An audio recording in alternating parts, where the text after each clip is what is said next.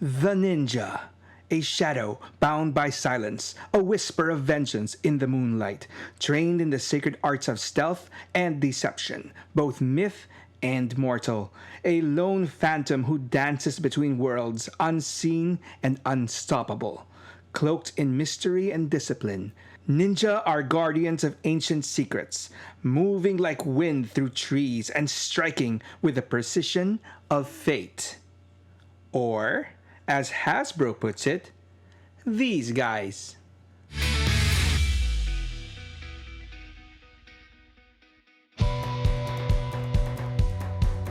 In the ancient days of the early 90s, when neon clothes could be found in every kid's closet, along with at least one pair of ripped jeans, a shadowy storm was brewing in the toy aisles. The G.I. Joe, a real American hero line, once the undisputed king of action figures in the 80s, was starting to show its age. The Cold War was over, and all of a sudden, military-themed toys were no longer the number one item on parents' shopping lists for their kids. I myself had actually stopped buying G.I. Joes in 1988 and had since sold off a majority of my Real American Heroes to move on to mini RCs.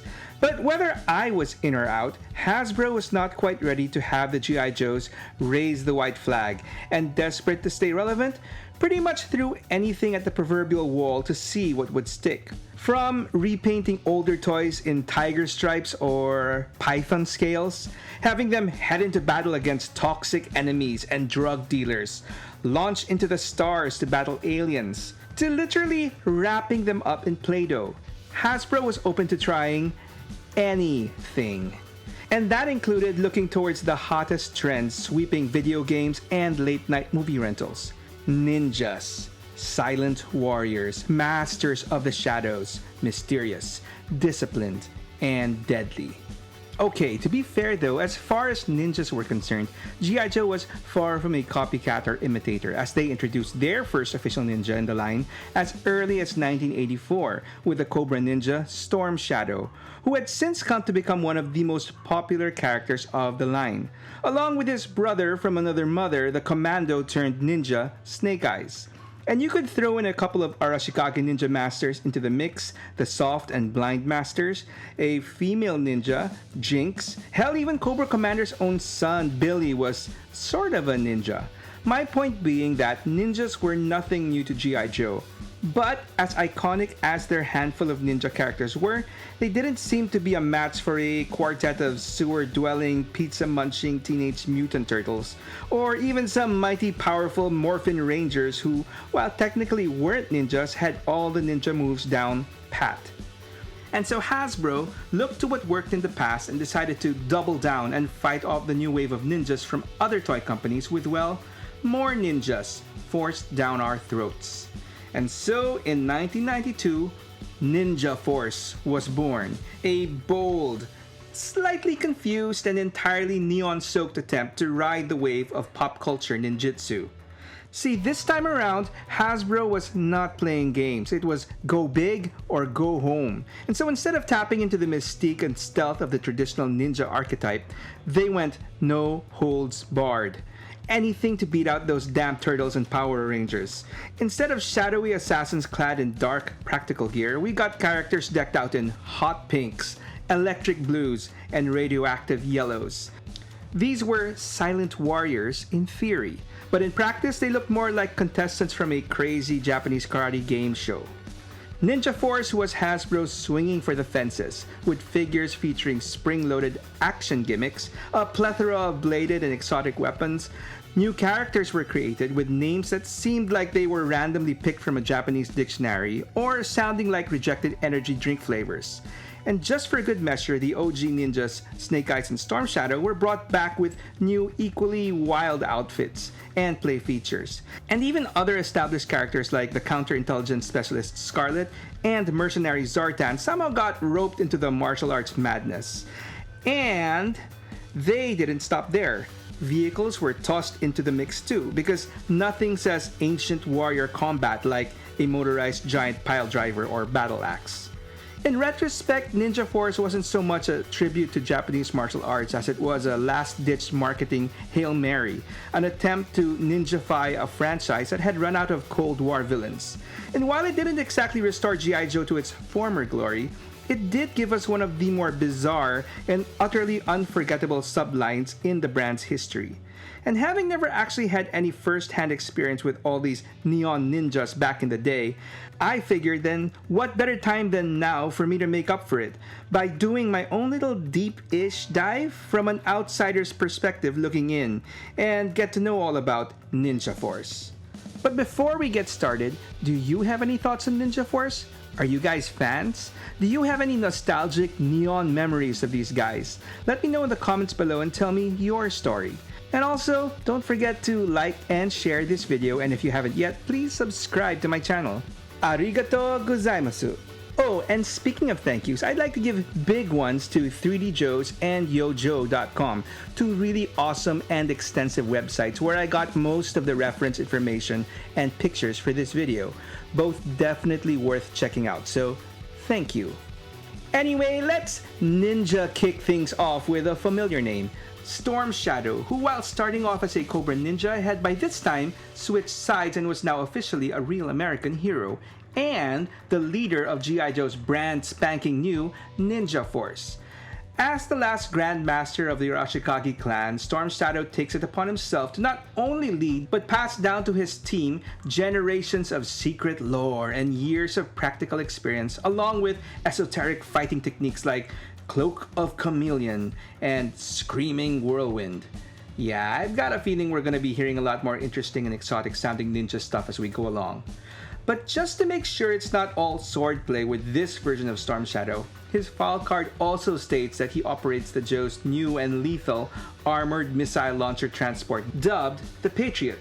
Because what's better than a ninja with a sword? Why, a ninja with a tank, of course. As far as action figures go, this third version of Storm Shadow was pretty par for the course, looking very similar to the previous good guy version of Storm Shadow released in 1988, with a more predominantly black deco. I mean, to be clear, this wasn't a repaint, but was an entirely original sculpt with the aforementioned built-in action feature.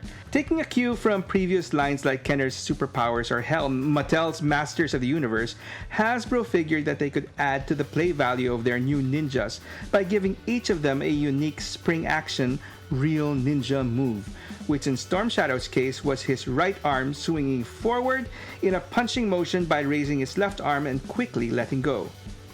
And so, with the leader out of the way, let's get to the rest of the team, shall we? Starting with the Nunchaku ninja, Nunchuk, obviously named after the Japanese weapon popularized in the West by Bruce Lee, as well as the answer to the age-old question of how much chucks can a nunchuck chuck if a nunchuck could chuck wood? Sorry, I couldn't help it.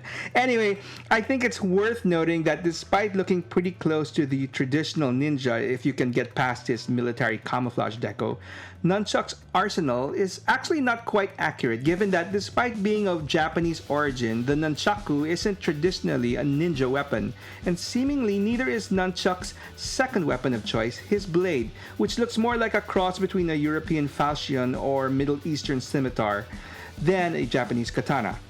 And then you have his real ninja move, the Samurai Smash. Yeah. Oh well, at least he's got his four-wheel drive party wagon to fall back on. I'm sorry, I meant battle wagon. As you all know, the party wagon belongs to another nunchaku-wielding ninja and his brothers. And finally, as per his file card, it appears that Nunchuk was apparently trained by a mysterious blind master from Denver. How's that for an interesting nugget of information? See what I did there? But seriously, unless there are more than two blind ninja masters running around in the G.I. Joe universe, I guess it's safe to assume that Nunchuk was trained by the Arashikage Blind Master, a popular ally of Snake Eyes and Storm Shadow, as well as teacher of the Joe Ninja, Jinx. Next up, we have the Silent Weapons Ninja, Dojo, named after the traditional training hall or place of practice for Japanese martial arts. Now, this is where things start to take off visually for our Ninja Force, with Dojo sporting a mostly blue, white, and gold deco, looking less ninja and more flamboyant pirate. I mean, not the stereotype, but come on, mask, Fu Manchu mustache paired with a goatee facial combo and a ponytail. Yeah, he looks more like he spent his time sailing the seven seas looking for some treasure than actually being a secret pupil trained by a ninja master in hiding, as stated on his file card. Do you know which master is being referred to here? Seriously, I did my research and came up with nothing. If anyone out there knows something, let me know. Anyway, his bio also states that Dojo is the most talkative member of Ninja Force, which is quite fitting for a silent weapons master. What is it with G.I. Joe and talkative silent weapons specialists? Man, I'd hate to be left in a room alone with Dojo and Quick Kick. I'd probably never get a word in. Apparently though, his constant talking has a purpose, as Dojo believes his constant prattling disrupts the thoughts of his opponents. I mean, I don't know, you'd think his flashy getup would do a good enough job at that. In any case, once distracted, his enemy is left exposed to his real ninja move, the lightning strike. And if that isn't enough, well, then he can just run them over with the Brawler, the Joe's self-propelled missile launcher gun that Dojo is apparently often seen driving. I'm starting to see a trend here. Aside from specializing at lurking in the darkness, apparently ninjas in the Joe universe are experts at heavy machinery as well. But anyway, completing the initial lineup of Ninja Force good guys, we have the Ninja Swordsman, the awesomely energy-flavored Shebang, sporting a predominantly bright yellow deco and topped off with a unique black striped mask, making him look more like a Mexican luchador wrestler if you ask me. Anyway, as per his designation and file card, Shebang, sorry, I just love that name, forged and honed his own personal sword, precisely balanced for his ultra-secret technique known only as the Silent Backslash, which was apparently developed and perfected by slashing at bats inside deep, dark, and remote mountain caves. I'm guessing he's not getting any invites to the Bat Cave anytime soon. Also, if one silent ninja on the roster isn't enough, it seems that despite his explosive name, Shebang has also taken an oath of silence and is a big fan of meditation, as well as zip strip powered battlecopters which he enjoys piloting into battle. Move aside, Ace. Shebang is in the house. Of course, not to be left out, Cobra also got a couple of new warriors in the form of Ninja Swordsman appropriately named Slice and his cohort, the Bow Staff Ninja, Dice. So visually, both Slice and Dice looked less flashy than their Joe counterparts, with Slice sporting a more traditional ninja look and Dice introducing a few fantasy elements with a unique mask that made him look like a kabuki or classic Japanese theater villain. Either way, they made quite the effective and complementary pair in battle. Interesting bits from their file cards has Slice possibly being a renegade ninja from Storm Shadow's Arashikage clan, who developed his own unique sword technique while observing the battle strategies of scorpions, appropriately called the Scorpion Slash. Dice, on the other hand, was a former Night Creeper, a branch of high-tech Cobra ninjas introduced in 1990. It seemed that Dice was kicked out of that group for being too much of a creep. Okay, too evil. Specializing in chokeholds, pressure points, blunt instruments, and eye gouging, I'm guessing Dice is the dirtier fighter of the two, manipulating his signature bow staff with blinding speed and bone-crushing power. Oh, and of course we can't forget Dice's dreaded technique, a motion that he calls the Flying Dragon. And not to be left out of the whole heavy machinery game, both Slice and Dice had their own vehicles of choice, with the armored personnel carrier Cobra Parasite for Slice and the high-speed attack hovercraft Cobra Rat for Dice. And that finishes off the first year of Ninja Force, which I'm guessing was relatively successful enough to encourage Hasbro to give us even more ninjas the following year in 1993. The second year of Ninja Force gave us 3 more original ninja characters, starting with the Blood Brothers Banzai and Bushido. Now, Banzai was named after the battle cry of World War II Japanese soldiers as they charged into battle, and more notably, suicide assaults known as Banzai charges. This was meant as a shortcut call-out to their emperor. Tennoega Banzai! Anyway, the hot pink Rising Sun Ninja Banzai is a bit of a confusing dude, as his file card states that he is one of the world's premier nunchaku masters. Like, his dude practices his nunchakus with his eyes closed to get more in touch with his inner self. Let's just hope he doesn't accidentally get in touch with any parts of his lower regions, am I right? and poor Nunchuk, barely a year old and already replaced. That being said, given the many weapons packed in with Banzai's toy, not a single one was a nunchaku. So yes, a nunchuck master without any nunchucks. Good job, Hasbro. Confusing weaponry aside, Banzai is best known for having perfected his real ninja move, the Suzushi Slam. And for looking suspiciously like a certain masked character from a certain street fighting game released a couple of years prior. But we'll get to that a little later on. Next up, Bushido, the Snow Ninja, who I already talked about in another video about Snow Joes. If you haven't checked it out, I'll leave a link to that episode in the description below. But for the sake of completeness, let's talk more about the dude here as well. Now Bushido, whose name is itself a kind of contradiction since it refers to a code of honor practiced by the samurai class, not ninjas. And as everybody knows, samurai and ninja were distinct classes who were often opposed to each other. That being said, Hasbro couldn't be bothered by all this, and so we got Bushido, the Snow Ninja, who literally wore a samurai helmet into battle. Okay. So as per his file card, Bushido loves to practice his martial arts skills in the great outdoors, in freezing temperatures in order to heighten his sense of awareness and discipline. And he is best known for being cool and calculating in the heat of battle, master of the dreaded Teisho Chop, and for balancing out his previously mentioned traditional samurai helmet with a pair of modern high-topped sneakers, for sneaking around.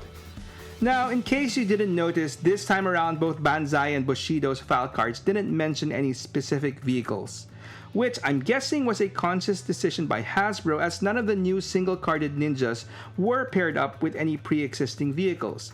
Instead, for the second year, Hasbro decided to give us actual Ninja Force vehicles. For the good guys, we got the Ninja Raider, codenamed the Pile Driver, and piloted by the ninja Tiginzu. Now, as far as figures went, it seemed all Hasbro's budget went into this originally designed vehicle, as Tiginzu himself was basically a straight-up, less exciting, predominantly white repaint of Ninja Force Storm Shadow. And that was it. To their credit though, I guess Hasbro kind of explained their cost-cutting measure in Tiginzu's file card, which states that Tiginzu was the best martial arts student Storm Shadow ever taught. So I guess Tiginzu's look could be weakly explained as a tribute to his master that he studied under for over 20 years until he earned the right to be called a ninja master himself, and thus also earning the esteemed honor of piloting the Ninja Raider Pile Driver. Just kidding, he probably just volunteered for that one. Anyway, Tiginzu's very Japanese-sounding codename is a play on Ginsu knives, which were popular infomercial products in the 1980s. The word Ginsu, used to evoke the exoticism and sharpness of Japanese-style kitchen knives, is actually itself just a Western marketing term, not a real Japanese word, meant to give an idea of samurai heritage, which is fitting given Tiginzu's real ninja move is called the Samurai Shave. Yeah, by this point, it was pretty obvious that Hasbro was running low on Japanese-sounding descriptors for action features. And finally, the good guys were rounded out by two more familiar faces, Storm Shadow's sword brother, Snake Eyes, and what many consider to be his better half, Scarlet. Team Scarduke here, though, by the way. Now, Snake Eyes was, well, Snake Eyes. This being the fourth action figure of Snake Eyes released in the line, he was still predominantly black, but this time carrying over the blue color elements from the previous version. As far as Snake Eyes design goes though, there really isn't anything much to write home about this Ninja Force version in my opinion. I mean, Hasbro basically gave up on giving Snake Eyes any distinctive headgear, no goggles or visor, just a generic black masked head with white eyes. Snake Eyes? Anyway, Snake Eyes' role on the team was that of a covert mission specialist. Wait, aren't all ninjas supposed to be covert mission specialists? I mean, you won't see them charging into battle piloting a bunch of roaring machine... Okay, sorry, never mind. As with all the other new dudes, this Snake Eyes file card doesn't mention any specific vehicle that he loves taking out, but he still does have his real ninja move, that being his spring action, Basami Slice. Basami! Basami! No, I'm not referring to that addictive green paste served with sushi. I had to look this one up, as basami is a Japanese word that generally means scissors, or to snip, cut, grip. So yeah, interpret that as you will. Scarlet, while still a counterintelligence specialist, got quite the makeover, and it wasn't all good in my opinion. First, the good. This Scarlet, which was surprisingly only the second version of the iconic OG character, sported an actual ponytail made out of rooted hair. And that was it for the good stuff. I don't know, maybe Hasbro felt they overcompensated with their last female ninja, Jinx, making her look like she went into battle in her jammies. So for Scarlet, they took her classic leotard look and amped it up with an equally tacky color combo of dark and light yellow greens, and topping it off with some golden shoulder armor. I mean, you could sort of argue that her original look could pass off in some way as a real-world military uniform.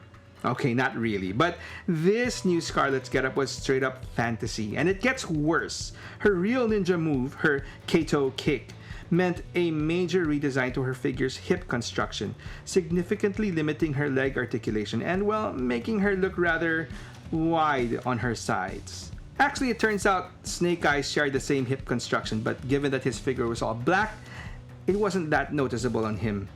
Anyway, in the end, despite completely messing up her new look in my opinion, throwing in Scarlet into Ninja Force was a good thing for the character as it made her relevant again. And given her close association to Snake Eyes and being regularly portrayed as a very skilled hand-to-hand combatant and martial artist through the years, it sort of made sense for her to join Ninja Force. And on the bright side, if you're talking about terrible ninja designs, Scarlet is far from the worst.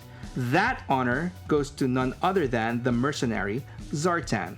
Now, for the sake of context, in the comics, writer Larry Hama weaved together a rather intricate ninja tale with Storm Shadow at the center that significantly involved the mercenary, Zartan. And so I guess it wasn't too much of a stretch to include Zartan as a major baddie in Ninja Force. I mean, he was the master of disguise, so why not disguise himself as a ninja? And boy did he do a great job at that. At this point, I don't think Hasbro was even trying, as the traditionally dark and mysteriously hooded Zartan was now all out with bright neon green pants, black biker vest, and topped off with neon orange face paint and mohawk. Ironically though, while this was quite the departure from his previous iconic look and the whole concept of a ninja, I'd argue that this Zartan actually fit in better with his OG posse, the Dreadnoks, and more specifically, his younger siblings, the equally neon Xandar and Zorana. But despite his non-conventional look, Zartan was part of the Ninja Force line, complete with his unique real ninja move, the Moroto Chop. And an added plus was that Hasbro equipped this Zartan with his signature weapon from the comics, his deadly bow, which he used to take down a certain Cobra Emperor with a single arrow. Finishing off the bad guys was a repainted re-release of the Ninja Slice, now in a more orange shade, and more weapons, along with a couple of army builders in a new version of the Night Creeper, now officially under the Ninja Force banner, and with its own special move, the Banzai Bash. Banzai beware. And not to be left out, despite not getting a new repaint like his partner Slash, the dice mold was converted into the generically named Red Ninja, master of the Shanghai Slice. Man, I'm loving these names. And the driver of the Cobra Ninja Raider Battle Axe. Okay, so while the Red Ninja is meant to be a generic warrior, I would have to say that his file card is one of the greatest file cards ever written, with snippets like them being the most feared ninja warriors since the No Can Do ninja dynasty terrorized China in the 15th century, and only to be defeated by G.I. Joe in the famous sushi battle that had its sweet and sour moments for both sides. I swear by the moon and the stars in the skies, I am not making this up. Here's a shot of the file card that you can pause and read for yourself. Did Hama actually write this? Or if he did, he must have been pretty hungry. Anyway, that was it for 1993, and the following year, 1994, would turn out to be the last year for the original run of the Real American Hero toy line. And as part of the final year of releases was Ninja Force, under a slightly tweaked banner of Shadow Ninjas, which unfortunately was the only thing new with the subline. Shadow Ninjas were basically re-releases of selected ninjas from the previous 2 years with a twist. We got Storm Shadow and Snake Eyes, along with Bushido, Nunchuk, Night Creeper, and Slice, all looking kind of translucent and waxy due to being remolded using a special sort of plastic that gave them their brand new Inviso Powers gimmick, which basically had them changing color when exposed to water and light.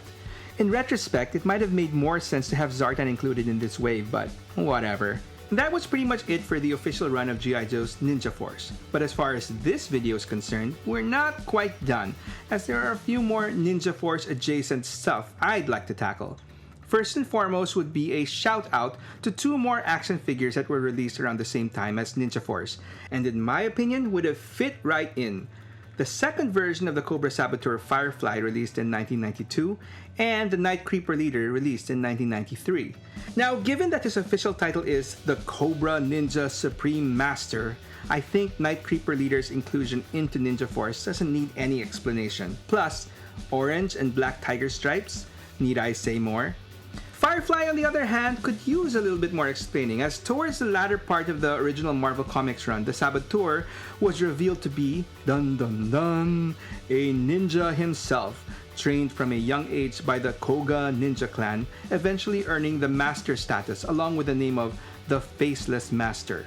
And with his new ninja status, a new bright green getup, once again, perfect for lurking in the shadows.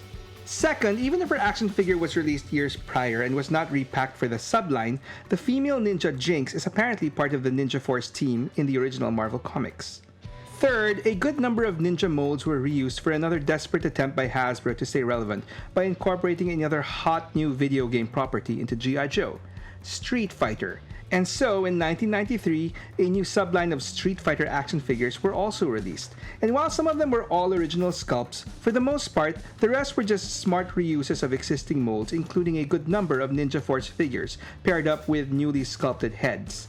Slice's body was reused for Ryu, Storm Shadow for Ken, Scarlet was unsurprisingly used for Chun-Li, and finally, Banzai saw new life as the masked claw fighter from Spain, Vega. Fourth, while the original Real American Hero line ended in 1994, there were actual plans for future Joes, complete with existing prototypes ready for production had the line continued into 1995. And part of that was a new wave of ninjas that would be released under a once again tweaked banner of Ninja Commandos, which included the original Joe Samurai Budo, because as far as Hasbro was concerned, Samurai, Ninja, same banana. A new Storm Shadow that looked more like a superhero, and apparently the warrant officer, Flint. Okay. But it gets even weirder as the Cobras were rounded out by a new character named Knockout who, I'll just say it, looks like a gimp. And the Dreadnought Road Pig. I guess to keep old Zartan company. Also, a couple of these prototypes, namely Flint and Budo, would eventually see the light of day as part of another line for another fighting game produced by Hasbro, Mortal Kombat, for the characters Raiden and Shang Tsung, respectively. Anyway, if you want to know more about this lost ninja wave, you can get a more comprehensive rundown in the channel Toy Connections. I'll leave a link to the video in the description. Fifth, although I didn't really follow the exploits of Ninja Force in the Marvel Comics, I think it's worth noting that Ninja Force did make a modern, short-lived return in the pages of the later IDW comics, where they were basically killed off during the major story event Cobra Civil War. That's right, Dojo, Banzai, Nunchuk, Shabang, and Teginzu were all killed in an off-panel ambush by Ninja Force rivals Slice and Dice. Bushido survives, but barely. Must be all that ice in his veins, I guess. And in the end, Snake Eyes does get his revenge by slicing Slice, and well, Dice survives, but with one less hand. And finally, while the majority of Ninja Force met their end in the IDW comics, almost all of them found new life in plastic form in later modern iterations of G.I. Joe toys. Most notably in the 25th anniversary line. Well, okay, not really. While they were not part of the actual retail line per se, Dojo and Nunchuk, Bushido and Banzai, Slice and Dice were all released under the G.I. Joe Collectors Club subscription service. Ninja Force Storm Shadow and the repainted version that I guess you could pass off as Teginzu were Dollar General exclusives. And finally, Shabang and Ninja Force Scarlet were included in a couple of Collectors Club exclusive box sets.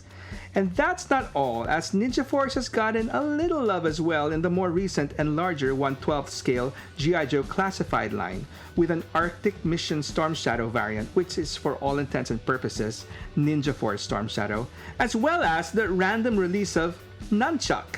As of this writing, I have neither of these guys in my collection, but if Hasbro starts releasing more of these ninjas, my resolve to resist may just start to wane.